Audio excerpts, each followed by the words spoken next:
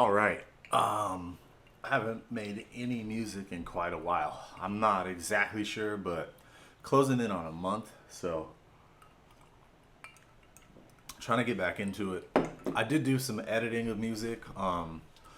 The song that I'm planning on releasing, I did retrack the vocal with a better mic. So you guys saw in the video where I recorded vocals on the MPC ONE Plus. I used my AKG D5 to record the vocals directly into the MPC ONE Plus.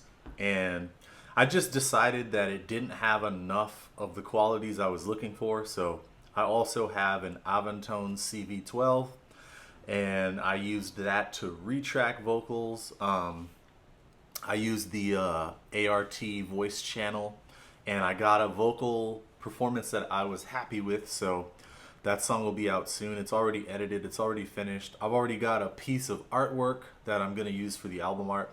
I just have to finish the process. And full disclosure, I'm planning to release it here on this YouTube channel first because, streaming services, they're kind of a waste of time, as I've noticed. Like, I actually had a couple of songs during the pandemic that did very well. They did well enough that like some small record label reached out and offered me a crappy deal that I had a family friend who's in the music business take a look at. They also like referred me to their lawyer because I didn't have one. So I kind of knew that that was a conflict of interest and it was fishy. Luckily, Terrace Martin is a family friend, and I went and met up with him, and he looked at it and said that it was a piece of crap and don't sign it, so I didn't.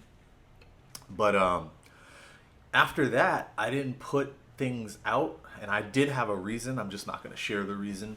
For over a year, lost the momentum. Songs didn't perform as well, and it's just the streaming landscape is very difficult. So it seems a lot better here on YouTube, and also just thinking about it purely from a economic standpoint, right? Like you have to pay a subscription fee to release your music and distribute it on the streaming services, and you get like 0.003 cents per stream.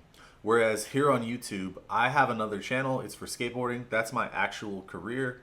That's how I have supported myself the majority of my adult life, and it provides the bulk of my income. Thankfully, I teach a lot of lessons, yada, yada, yada. Over there, I make between $20 and $30 for every 1,000 views that one of my video gets. So there's quite a gap in how much you make from those streaming services to YouTube. And like with music, like this is art that I make because I enjoy it. I want to do whatever I possibly can with it. I don't necessarily care if I support myself with it, but you do spend a lot of time and put a lot of effort into this thing. You do want it to have a chance to reach people without having some weird gatekeepy playlisters, you know. And usually when I release songs on streaming, they will get on one or two playlists when I submit them. But, you got to pay to submit your songs to playlists as well. So it just seems like releasing music here on YouTube, where I've already started to grow a little bit of audience. Thank you guys. It just makes more sense, I don't really care about Spotify and Apple Music. And Apple Music is a whole other ball game because it is extremely hard to get a good amount of streams over there. Like Spotify has more of a playlisting system set up, and on Apple Music it's just extremely difficult. Like songs of mine that perform well on Spotify, like 20,000 or more streams, they don't do anywhere near that well on Apple Music because it's just a completely different landscape, and most people don't even talk about how to go about getting your music to do better on Apple Music. So for me, I just feel like I'm just gonna sidestep that and just use YouTube. I like YouTube. YouTube is my favorite of all social media. Like I use Instagram obviously because I'm posting skateboarding clips for my profile and for my skateboarding company, Collage Skateboards, that I own and run. But I don't necessarily consume content on Instagram a lot because it's just not for me. I like long form content, like what I make and consume here. I like to see people do things from start to finish. I like to, I've learned everything I know about mixing, about tracking, about recording in general, some things about songwriting from YouTube. And you know, you just can't do that as effectively with the other social media. And Spotify, Apple Music, all those other streaming services, I kind of see those as the same type of thing. So I like YouTube. Gonna release it here on YouTube. But I'm trying to get back into the swing of making music, because for a time I was at least writing a song every other day, it felt like, and releasing stuff on here weekly. I haven't put up a song on here, so I'm gonna record something really simple. I've been listening to a bunch of 80s music, Cabaret Voltaire, and you know, just like the first Pretty Hate Machine, the first Nine Inch Nails album, and some stuff like that. Obviously Bauhaus, and you know, the stuff I always listen to. So hopefully it'll take some inspiration from that, but I'm not really rigid with inspiration when I sit down to make a song. I just kind of make something, and whatever comes out comes out. So let's see what happens. Do look out for the song Another Step, coming out soon whenever my lazy ass can get to what I got to do to put it out and figure out how I want to promote it. But I'm not in any hurry. Not that big of a deal. This is for fun. This is how I enjoy myself, how I express myself. So I'll get it out when it gets out. Let's make some music.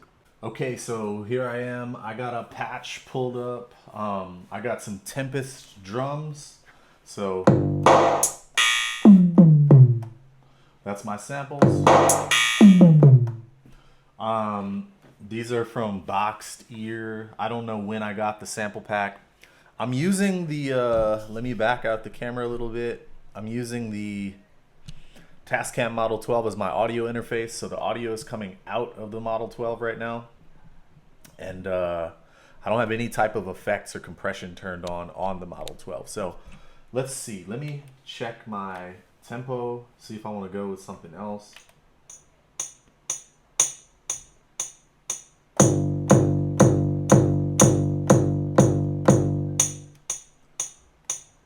Okay, I'm going to change this to global, and I think I'm going to go down to like 100 BPM, something like that. Let's see.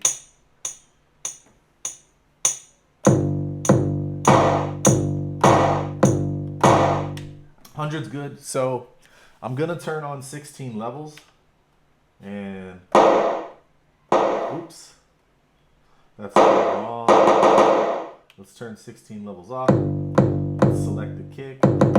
Now let's hit 16 levels.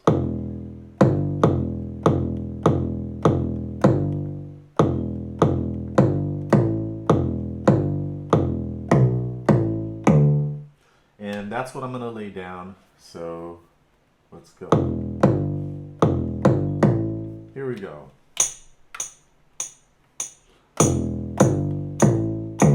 Oops. Dummy. Here we go.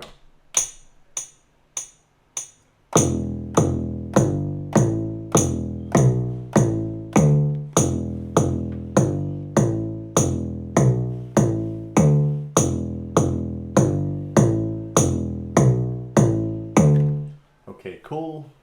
Let me name this drums.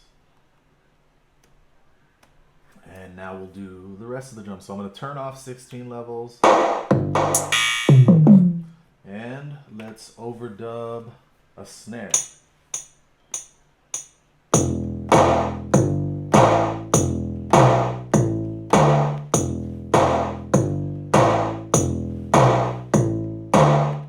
Okay.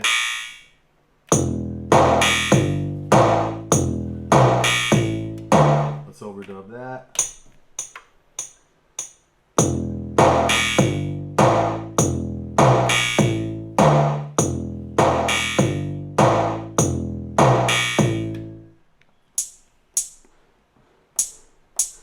All right, here we go. Let's overdub this guy here.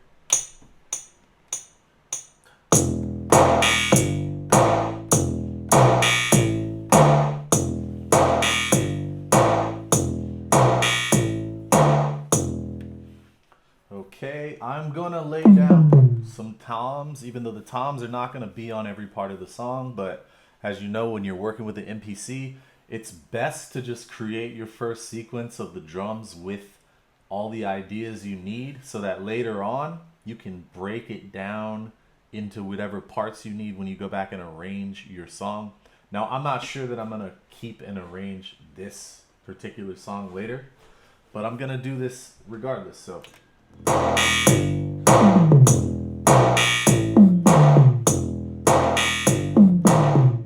cool, let's overdub that.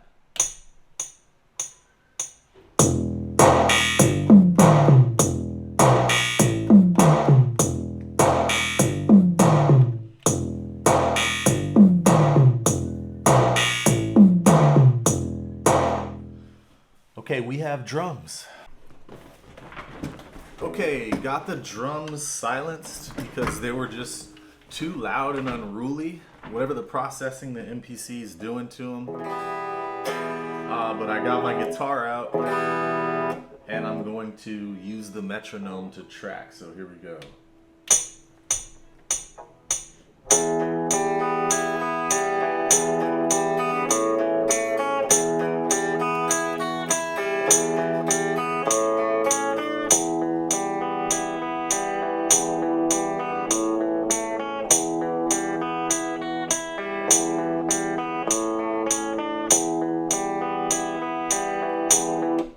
Okay, that sounds good to me.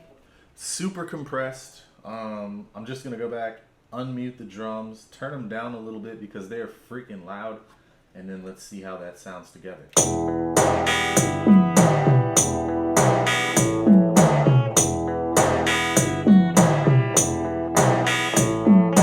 Okay, guitar back out. It was on the bridge pickup, now I'm in the middle, and I'm just gonna do this E minor.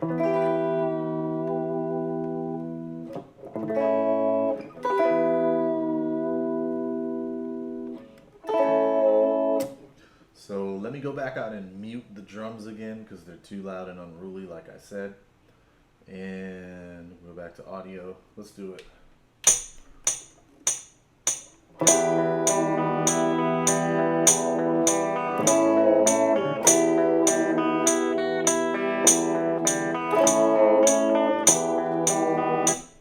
Okay, trusty old parts caster's out, and I'm gonna do my best gothic Nile Rodgers impersonation.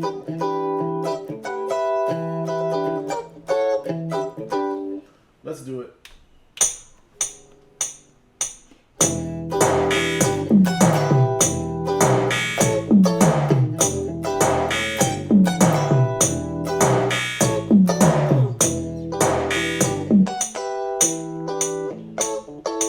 Okay, not sure if that's gonna make it, but at least I have it there. Maybe I'll use it for a breakdown.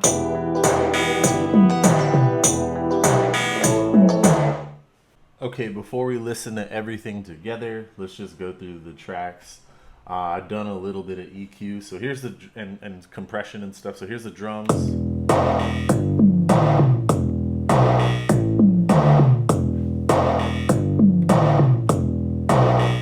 I've added a bus compressor.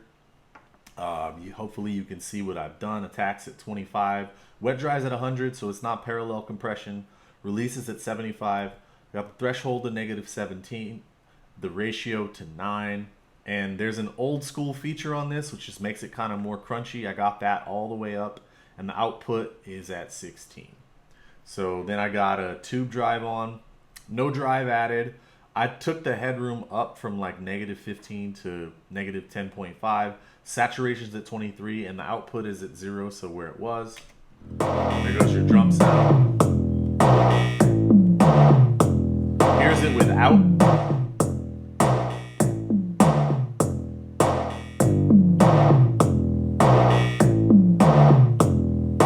So since I used that 808 kind of kick to create the bass and the kick sound, I wanted to add some compression. I wanted it to add some sustain to that bass, and so that's what I did. Let's go over to the audio tracks, and we'll start with guitar number 3. Here it is. Here it is without the effects. So first thing was a tube drive. Tube drive, I got the drive to 50%, left the headroom at -15 where it starts, saturation to 30%, and the output to plus 2.2 dB. There it is with that tube driver. Now I've added in a flanger, so didn't touch the flanger. It's just the default setting when you open it up because that sounded good enough to me. I added an amp sim. It's the bright DI setting, and I didn't mess with that setting either. So now we have an auto pan. Here we go. Wet and dries at 32, and the rate is at a quarter note. It's a quarter note pan. So let's go to guitar number 2 now. Without all the effects.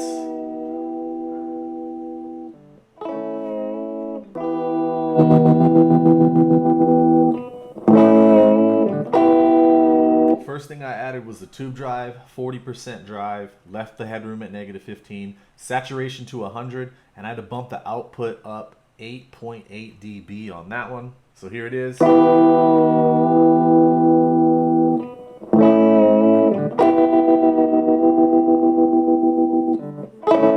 So next thing I added obviously was that tremolo. Wet dries at 50. It's at a 16th note, the rate. And I got it right in the middle of a sine wave and a square wave. That's why it's got that kind of choppiness. That's how I like my tremolos sounding. The last thing is an amp sim. Smooths it out a bit. It's on the bright jangle setting. I did change the mono, change it from stereo to mono, and I don't think I did anything else to it. It sounded good like that. So finally, the third, or guitar number 1.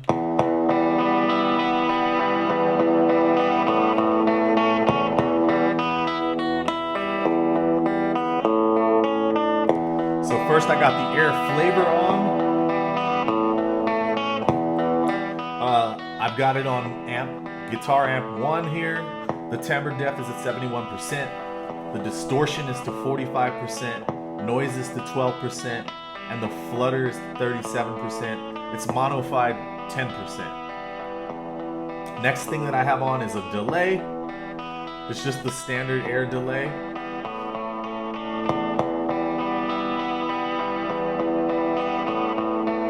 So I set that to an 8th note delay. Feedback's at 31%. Mix is at 53%. I turn on the high pass filter to 125 hertz. Usually I do a high pass somewhere around there. The ratio was all the way to the left. I swapped it to the middle, and I didn't mess with this third section over here. So here's that sound again.